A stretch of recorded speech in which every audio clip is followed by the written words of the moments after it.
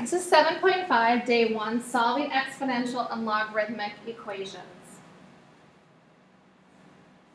We are going to be using some of the properties that we've learned earlier in this chapter to solve equations for an unknown variable. Some of the strategies that we will use, one method is to use the one-to-one property.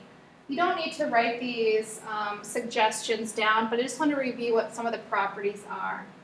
This one-to-one property, we have an exponential raised to a power equaling an same exponential base raised to a power.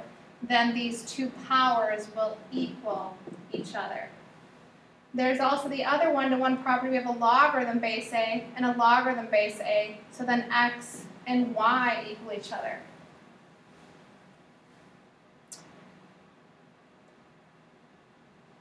Another suggestion is to rewrite an exponential into log form and apply the inverse property. So here's the inverse property.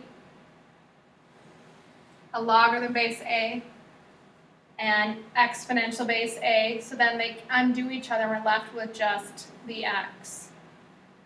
We could do the opposite, where we rewrite into exponential form and then again use the inverse property. We have an exponential base A, a logarithm base A, so we're left with just x.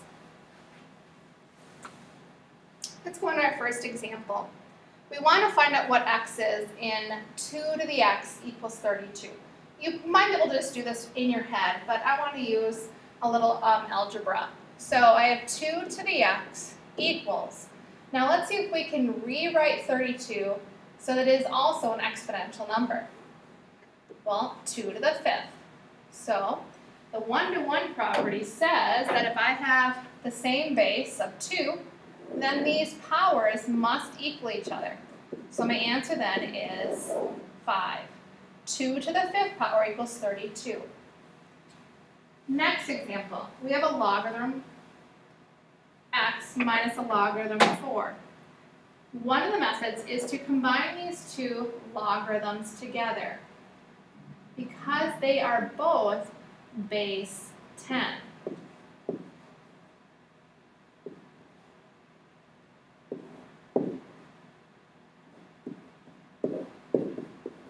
But that's a little hard to find the value for x. We could then raise both sides to the 10th power. And then what happens is these cancel out, and we're left with x over 4. And then 10 to the 0 power is 1. Now we can solve for x. So we multiply both sides by 4. And we get x equals 4. I'm going to show you another way to do this problem.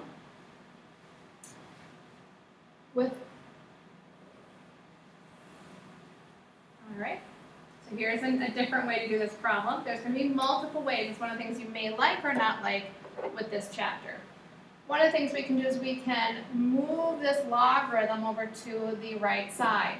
So we have log base 10 of x equals, and we add log base 4 to the right side. Now remember, these are both common logs. You can rewrite it like this. They're both base 10. So we can use the one-to-one property. We have a logarithm base 10 equaling a logarithm base 10. So then these two equal each other. So you can choose either way to do this problem. All right, solve this one for x. Question C, 1/3 raised to the x equals 9. So 1/3, we want to find out what x can be. So I'm going to do is I'm just going to rewrite this as 3 times 3. Then I can rewrite this, still leaving this left side as it is. I'm just going to try and use the one-to-one property. I can rewrite this as 1 over 3 to the negative 2 power. Remember, when you have a negative exponent, you can bring it up in front. And then this is a 1 power.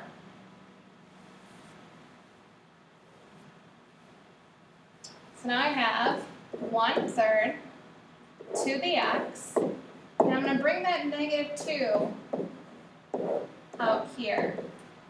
Now I have the 1-to-1 property. They are both 1/3 bases, so then these two equal each other. So x equals -2.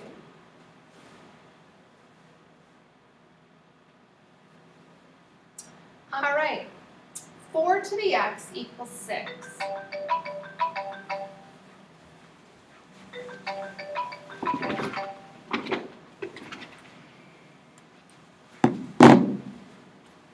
So what we do is we cannot rewrite 6 as a base of 4, but we could multiply both sides by a logarithm. And we just use the common log. Now we can bring this x down in front from property 3 that we learned earlier this chapter. And now we can undo that log base 4 by dividing both sides by log base 4. Now we can use our calculator. So we say log base 6 divided by log base 4.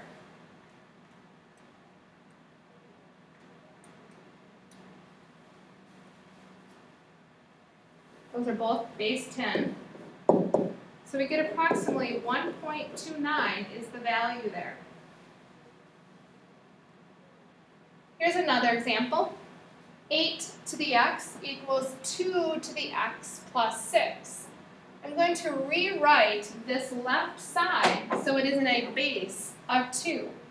So I have 2 to the third, and then that's raised to the x, and then I'm just going to leave that right side alone. I'm trying to use the 1-to-1 property. Well, this is a power to a power rule that we learned earlier this school year, that I can multiply those two numbers together. So 3 times x is 3x equals 2 raised to the x plus 6. Now I have the 1-to-1 property. So I say the 1-to-1 property, the bases equal each other. They're both base 2 exponential, so their powers equal each other.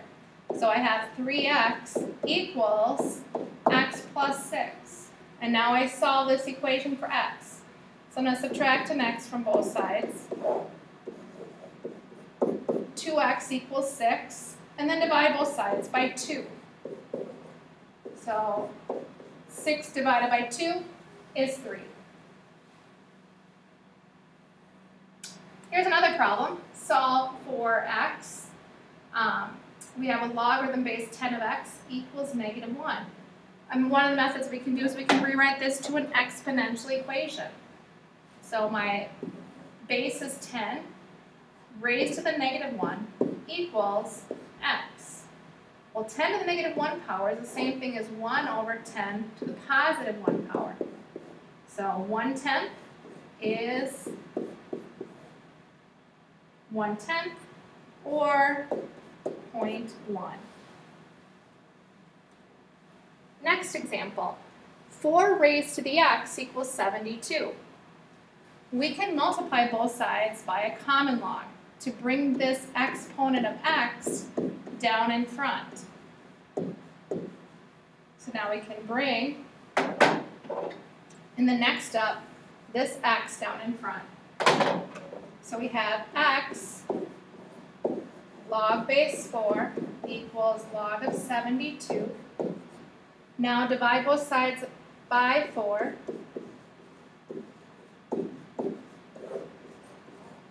And now use your calculator. Log of 72 divided by log of 4 is approximately 3.08. Next example, we have 5 raised to the x minus 2 equals 200.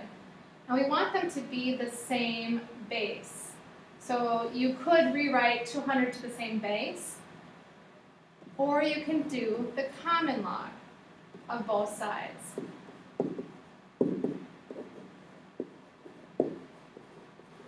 Now we can bring that x minus 2 down in front.